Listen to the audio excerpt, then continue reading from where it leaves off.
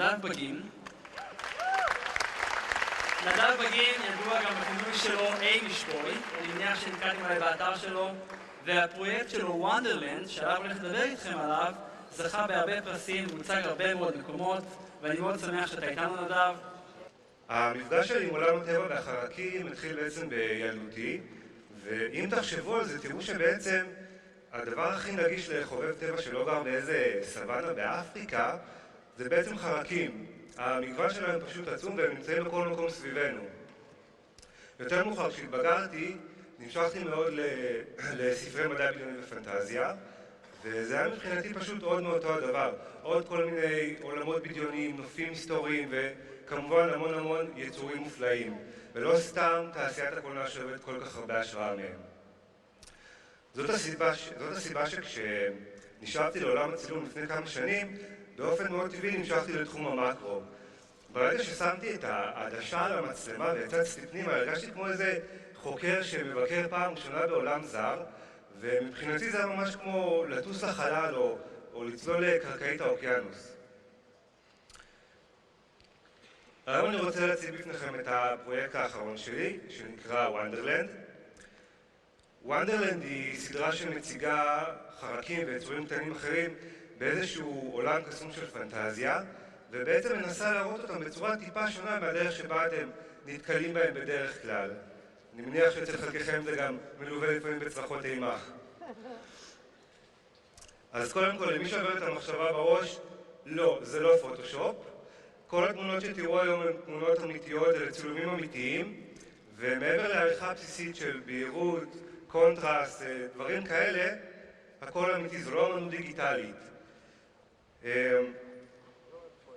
כל הנופים, כל הצבעים, הדוגמנים הקטנים והאפקטים, הכל אמיתי, והכל צולם על השולחן במטבח שלי. ותכף אני אראה לכם את זה. עכשיו, אחד הדברים ששמתי אליהם לב במקרו, היה שברגע שאני מצלם את האובייקט שלי, שאר האובייקטים בתמונה בעצם לא בפוקוס, הם מחוץ לעומק השדה, ומה שקורה, הם מקבלים איזושהי צורה אבסטרקטית שאוטומטית מפעילה לי את הדמיון. אז בואו נחזור רגע לתמונה הזאת. מה שאני ראיתי כאן זה איזשהם, לא יודע, חוויות מוזרות כאלה על איזשהו חוף ים בדיוני עם הים הכחול הזה ברקע. עכשיו, מכיוון שאני יודע בוודאות שלא הייתי בשום חוף ים כשצילמתי אותם, אז הבנתי שבעצם מה שפועל כאן זה הדמיון שלי והאסוציאציות שנלוות אליו. אז בואו נראה מה זה באמת. מה שזה באמת זה עלה של חסה שהיה בדרך לסלט ונעצר, וטוב שהוא נעצר כי מה שיש עליו זה ביצים של חרק, ומה שהפתיע אותי בכל הסיפור הזה זה שראיתם את התמונה הקודמת, אז הבנתי שהחביות האלה זה בעצם הביצים של החרק, חוף הים זאת החסה, והדבר שבכלל אימם אותי היה שהתמונות הכחול הזה זה התו כביסה שמחזיק את החסה, פשוט השתמשתי בו בשביל להחזיק, וזה בעצם הים שלנו. אז אפשר לראות את זה שוב? זה הכל, פשוט חסה והתו כביסה.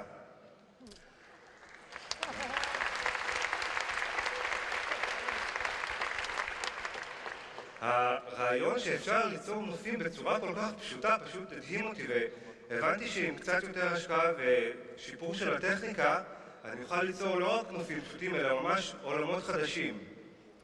עכשיו, זו התמונה שפתחה את סדרת וונדרלנד, רואים כאן נמלה ענקית על איזושהי גבעה ירוקה עם האפקט היפה הזה ברקע, ושוב זה לא פוטושופ, זו תמונה אמיתית.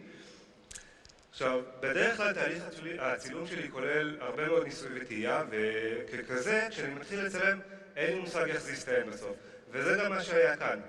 זאת לא התוצאה שאליה התכוונתי כשהתחלתי את סט הצילומים. זה מה שניסיתי לעשות, היה פשוט לנסות לדמות תאורה טבעית בתוך הבית באמצעות פלאש, ותוך כדי ניסיונות ליצור אפקט של גשם, קיבלתי תוצאה מאוד מעניינת והחלטתי לעצור ולפתח אותה, שיניתי טיפה את הסטאפ, וזו התוצאה הסופית שקיבלתי. עכשיו, ברגע שראיתי את התוצאה הזאת, הבנתי שעליתי כאן על משהו מאוד מאוד מיוחד, ושכדאי לעצור ולהתמקד בו, וכך בעצם נולדה סדרת וונדרלנד. אני חושב שהדבר שהכי מושך אותי בסגנון הצילום הזה, זה שכשאני בונה את הסט איך שבא לי, אני בעצם לא צריך להתפשר על המציאות הקיימת, אני יכול ליצור לי מציאות אחת משלי. ואם אני יכול לעשות את זה מהבית עם המזגן, אז אפילו לראות יותר טוב.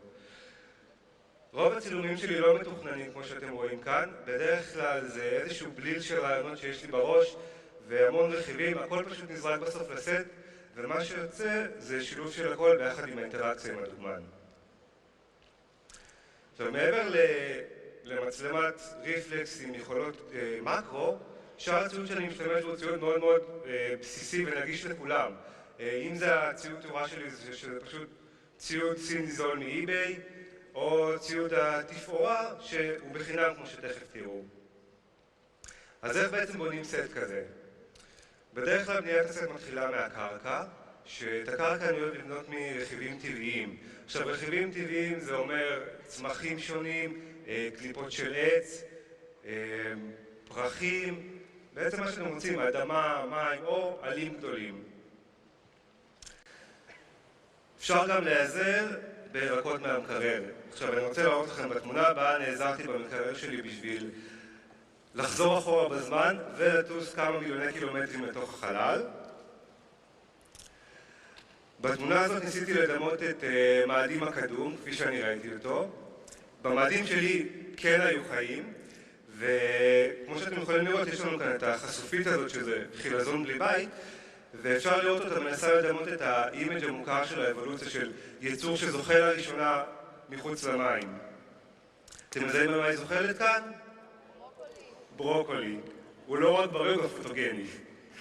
עכשיו, חוץ מברוקולי, עד כמה שהוא יפה ופוטוגני, אני חייב לדעת שלי יש חולשה אחרת, והחולשה שלי היא לתחב. עכשיו, תחב, מי שלא יודע, זה הירוק הזה שגדל בחורף בין המדרכות בסדקים, והוא מהווה תחליף פשוט מושלם לדשא מיניאטורי או לגבעות ירוקות. אני כבר מעכשיו מתרגש מזה שהחורף מגיע. מה לגבי הרקע? איך אני יוצר בעצם את הרקעים האלו? אז ברקע אפשר גם כן להשתמש ברכיבים טבעיים. כאן למשל, הערים האלה שאתם רואים זה פשוט עלה ירוק גדול שגזרתי בצורת הרים ושמתי מאחורה. אבל הדבר שאני הכי אוהב להשתמש בו, והשתמשתי פה גם כאן ברקע, מה שאתם רואים מהשמיים האלו, זה פשוט שקיות ניילון שנשארו לי מהקניות במכולת. עכשיו, היתרון הכי גדול בשקיות ניילון, חוץ מזה שהן בחינם כמובן, זה שהן מגיעות במגוון מאוד מאוד גדול של צבעים, ואפשר לעשות איתם מה שרוצים, אפשר לגזור אותם, אפשר להדביק אותם, לקבץ אותם, מה שאתם רוצים. וזה בעצם מה שאני עושה.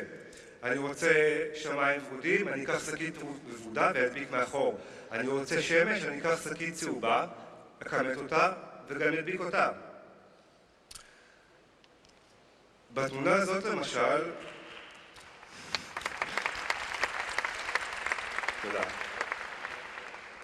עכשיו, למרות שאמרתי שבדרך כלל התמונות שלי לא מתוכננות, חלקן הקטן כן, בתמונה הזאת למשל רציתי לשים גמל שלמה על מאדים, וחוץ מציור הרעיון, חלק מעבודת הכנה היא גם לנסות לראות, לחפש תמונות בעצם של האדמה על מאדים, ושל כדור הארץ מהחלל או מהירח, וזה כדי שיהיה לי יותר תחושה איך התמונה צריכה להיראות.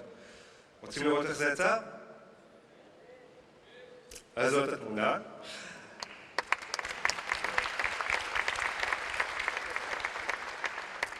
עכשיו, כמו שאתם יכולים לראות, אנחנו בשלב יותר מתקדם בהיסטוריה של מאדים, המים קודם נעלמו, האדמה התייבשה, והגמל שלמה הזה שמזהה שהוא בצרות נוטה שיניים לכדור הכחול שלנו. סתם למקרה שתהיתם איפה כל החייזרים האלה הגיעו אלינו. רוצים לראות איך זה נראה מאחורי הקלעים? אז ככה זה נראה מאחורי הקלעים. אתם יכולים לראות שאת כדור הארץ יצרתי פשוט משקית ניילון כחולה שגזרתי בצורת עיגול, ואת היבשות עשיתי גם כן, פשוט לקחתי שקיות ניילון, גזרתי בצורת היבשות והדבקתי מאחור. עכשיו, בשביל לקבל תוצאה יותר ריאליסטית, קצת כמו שיש לנו ירח לא מלא, מה שעשיתי אז זה להשתמש בסנות מאולתר. סנות זה פשוט איזשהו גליל נייר ששמתי על הפלש, ויוצר לי אלומה ממוקדת של אור, וככה אני מעיר רק חלק מכדור הארץ ולא את כולו. דווקא ביצירת האדמה נתקלתי בבעיה, חיפשתי בכל הבית בעצם איזשהו משהו שיתאים לי גם מבחינת הטקסטורה וגם מבחינת הצבע, ולא הצלחתי למצוא. נאס"א לא רצו לשלוח לי דגימות אדמה מהמשימה הקודמת, אז מה שעשיתי היה פשוט לקחת נייר קרפ לבן וכדי לתת את הגוון המאדימי הזה לכל, פשוט הדבקתי על הפלאש שקית ניילון כתומה. עכשיו, למרות שכמו שראיתם ההשוואה שלי באה הרבה ממדע בדיוני ופנטזיה, זה לא חייב לבוא רק משם, זה יכול לבוא גם מסיפורי ילדים. למשל הסיפור על ג'ק והאפונים. זה יכול לבוא מסיפורים מקראיים, למשל המבול ותיבת נוח. אז זוגות עלו לתיבה, אבל חלק נתקעו בפקק באיילון ולא הספיקו להגיע, והזוג החמוד הזה נאלץ לשרוד את המבול לבד. מה לגבי האפקט הזה שאתם רואים ברקע, הפתיתים האלה, הכוכבים שיש מאחור, השלג הזה? אז בשביל ליצור את האפקט הזה, מה שאני עושה זה פשוט לנצל תופעה שברגע שיש לי מקור אור נקודתי לא בפוקוס, הוא הופך להיות יהלום בוקה כזה, שבעצם מקבל את הצורה של הצמצם. עכשיו, הדרך לקבל מקורות אור קטנים כאלה, אפשר לעשות את זה בכמה דרכים. אפשר להשתמש ברקע מחזיר אור, כמו למשל נייר כסף מקומט. אפשר להשתמש בפתיתי סוכר. אפשר להשתמש בחורים שיש בעלים. או בדרך המועדפת עליי פשוט עם שפריצר מים. בתמונה הבאה שאני אראה לכם, השתמשתי בחורים בעלה.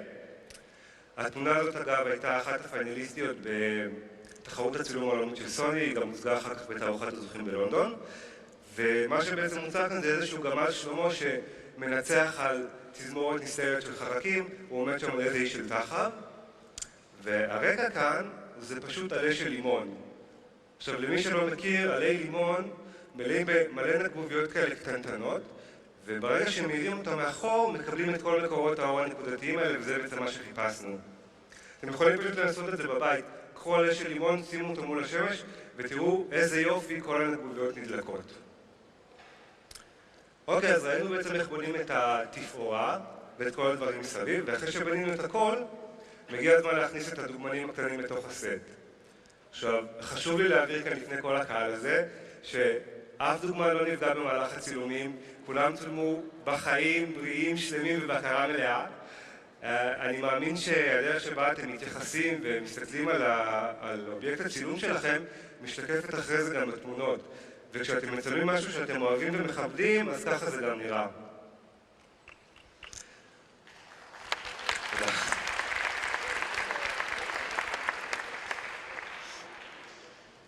כמובן שכמו כל דוגמן או דוגמנית אחרים, חובה להחתים אותם על טופס שחרור זכויות שלא יתבעו אתכם. אוקיי, אז מאיפה בעצם אני מקבל את מאיפה בעצם מגיעים אליי כל הדוגמנים האלה, כל החרקים האלה? אז קודם כל, יש אותם גם לכולכם בבית, למרות שאתם חושבים שלא, הם נמצאים שם. אבל אני מוצא אותם פשוט בעציצים ששתלתי במרפסת, כמו שאתם רואים, יש שם איזשהו ג'ונגל קטן כזה.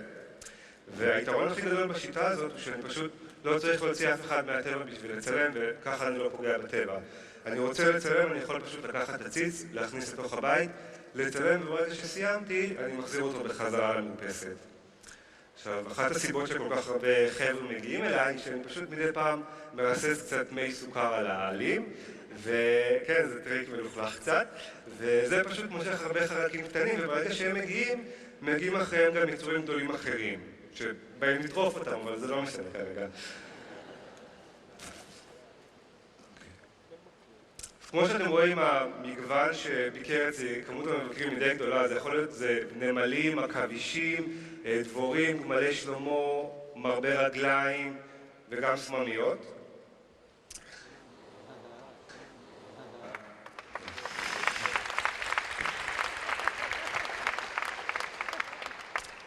האינטראקציה איתם מצריכה המון עדינות וסבלנות, וזאת גם הסיבה שסשן צילום כזה לוקח כמה שעות טובות. היו לי מקרים שהתחלתי ב-6 בערב וסיימתי ב-6 בבוקר.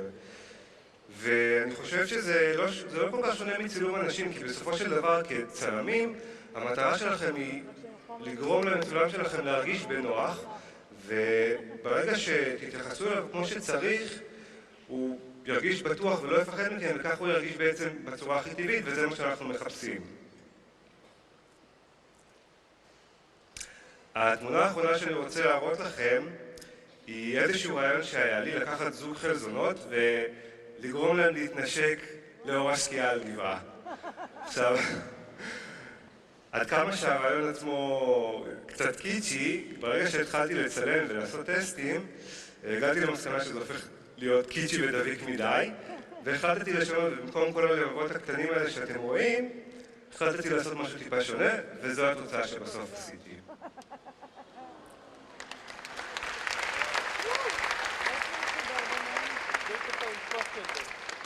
עכשיו, את הרקע כאן יצרתי פשוט, כמו שאמרתי לכם, משקית נילון כחולה. הלב זו שקית נילון ורודה שגזרתי והדבקתי מאחור. אבל תשאלו, איך גרמתי לזוג חלזונות להתנשק? עכשיו, כמו שאמרתי, זה לא פוטושופ, זה לא שכפול, זה הדבר האמיתי. אז איך בעצם גורמים לזוג חלזונות להתנשק? אז קודם כל, כוס יין אף פעם לא הזיקה לאף אחד, אבל מה שעשיתי כאן היה פשוט לנצל את זה שהם מלכתחילה יצורים מאוד רומנטיים, ואתם תכף תראו את זה. והמחשבה שלי הייתה כזאת, אני פשוט אשים אותם בתחתית הגבעה. אגב, אם לא אמרתי, הגבעה הזאת זה אגוז קוקוס יבש. אז פשוט לשים אותם בתחתית הגבעה ולתת להם לטפס למעלה במקביל, וכשהם יגיעו למעלה הם יפגשו לנשיקה. הבעיה הייתה איך בעצם לגרום להם לעלות ישר למעלה ולא להתחיל ללכת לצדדים שכל אחד יתאר לאן שבא לו. מה שעשיתי היה פשוט לקחת מכחול וקצת מים ולצייר פס רטוב מהתחתית לפסגה. וככה בעצם יצרתי להם מסלול שהוא הרבה יותר נוח וקל לזחילה מאשר שאר אגוז הקוקוס היבש. אז לקחתי משהו כמו 2-3 טייקים, אבל בסופו של דבר הצלחתי ואני אראה לכם עכשיו את הוידאו. אגב, יש סיכוי שזה יתחיל לחלקכם אפילו יותר מהרוב של ספנסר טוניק.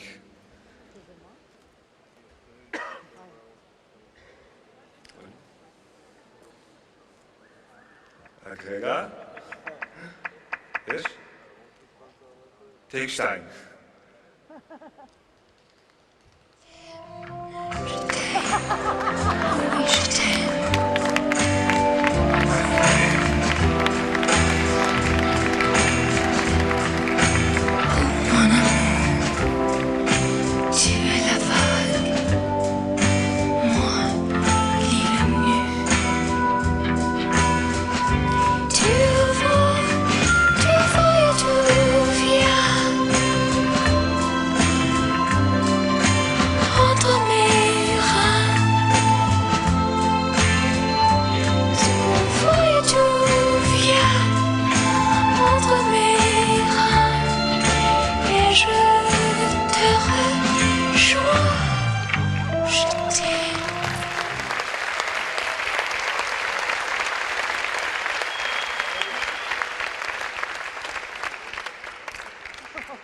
אמרתי לכם שהם רומנטיים. אגב, חלזונות הם הרמפרודיטים, מה שאומר שכל אחד מהם הוא גם זכר וגם נקבה, אז זה בכלל מסתבך הסיפור שם. יש איזשהו ציטוט של סקוט אדם שאני מאוד אוהב, והוא אומר, יצירתיות היא לאפשר לעצמך לעשות טעויות, אומנות היא לדעת אלו מהן לשמור. אני מקווה שאחרי שתלכו הביתה אחרי הכנס הזה, תסתכלו על הדברים הפשוטים שנמצאים סביבכם בצורה קצת אחרת, ותראו את הפוטנציאל האדיר שיש להם פשוט עם הדמיון שלכם. זה לא חייב להיות רק במאקרו, כן? כל אחד והתחום שהוא אוהב. תחקרו, תעשו ניסויים ותשאירו מקום לטעויות. זה, גם אם זה נראה לכם שטותי, כל דבר שתעשו, טביעת האצבע שלכם ניכרת בזה, והדמיון שלכם, הפרשנות שלכם לדברים. אחד הדברים היותר נדרים שיש בילדים זה הסקרנות שלהם, אז פשוט תחזרו להיות ילדים למשך הזמן הזה ותנו לסקרנות שלכם להוביל אתכם. אני מאוד מאוד מקווה שנהנתם, והכי חשוב, כשאתם מצלמים חרקים, אל תתנסו, צלמו אותם בגובה העיניים. תודה רבה.